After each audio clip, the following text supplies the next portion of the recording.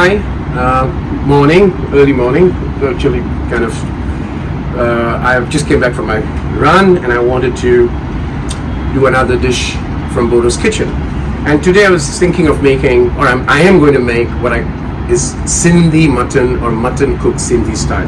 Now when I heard this dish, and I had this dish kind of a couple of years back, I was a little puzzled because, having come across the Sindhi community in say, when I was in Jakarta in Indonesia, they have a large Sindhi population in Jakarta, or even in Hong Kong where there's a substantially large Sindhi population and doing great work, a great give back to the community. Most of the people I found were vegetarian by birth, right? So it struck me odd as to how come the mutton, Sindhi mutton, and the dish. So I have a friend in Mumbai who is Sindhi, but his father is Punjabi, Sardar, and who's no more, uncle is no more, and aunt is still around, his mother, and she was from Karachi. They were from Karachi. So I thought of calling her out, and A, getting the recipe from her, understand the recipe from her, or B, more important, to understand the heritage of this dish, because Sindhi mutton for me sounds a little bit of an oxymoron. So let me come and tell you that story. So this is what Auntie told me, and Uncle and Auntie were both born and brought up brought up in India. This is pre-partition India that she's referring to. They were from Karachi. Uncle was from Punjab and Auntie was from Sindh.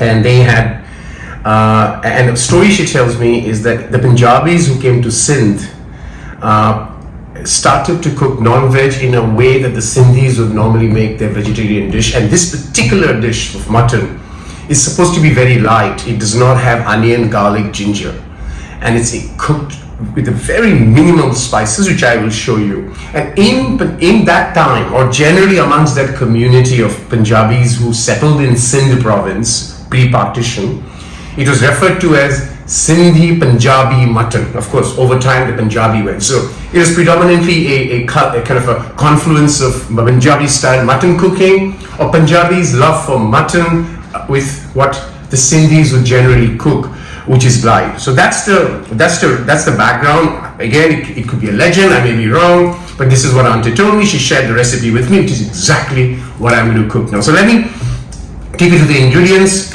and there's no marination required. It's a straight run, as I would call it, kind of a dish, very, very light.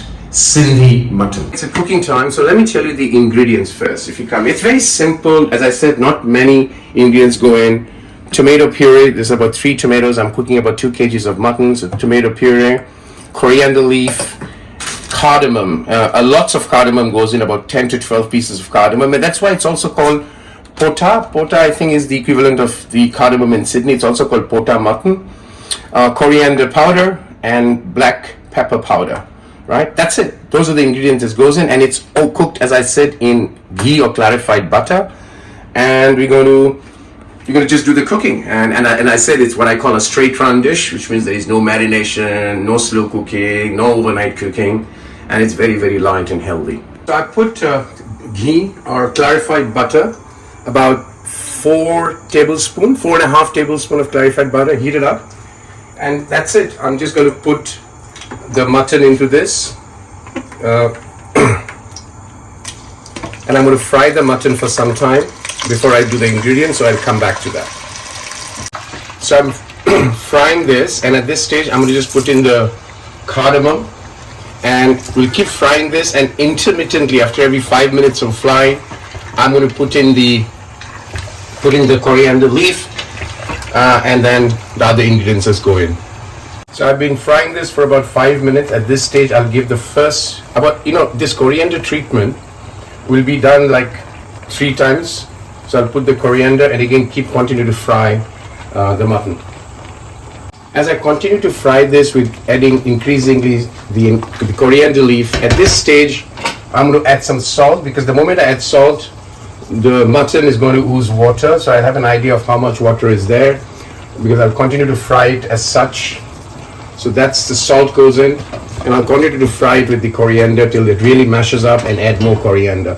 So generally I'm using about 3 sprigs of coriander, or a bowl of this size, coriander leaf, not the stem, just the leaf. After I added the salt, I've been frying this. You can see The mutton is oozing water and a beautiful fragrance of the cardamom, the coriander, and the clarified butter or ghee is coming out. At this stage, I'm going to add the coriander powder.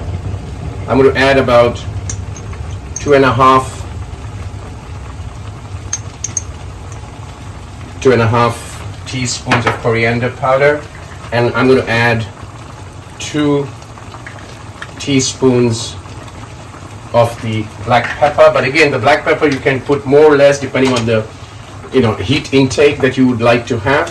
So I may increase it to 3 later. So now again, I'm going to fry this in this till the water kind of slackens a bit, lessens a bit, and then I'm going to add the tomato puree. So I've added the tomato, and I kind of cooked it for about 10 minutes with cover on, and then I added the tomato, and I'm going to just fry it a bit for the tomato puree and the ghee or the clarified butter to kind of mix well and kind of fry it for some time, and then it's going to just go under cover for 45 minutes or so, and the dish will be ready. So I've been frying this for about 10 minutes, and at this stage I'm going to cover it up, and this goes in for 45 minutes, and that's Sindhi Punjabi mutton curry from Bordo's kitchen.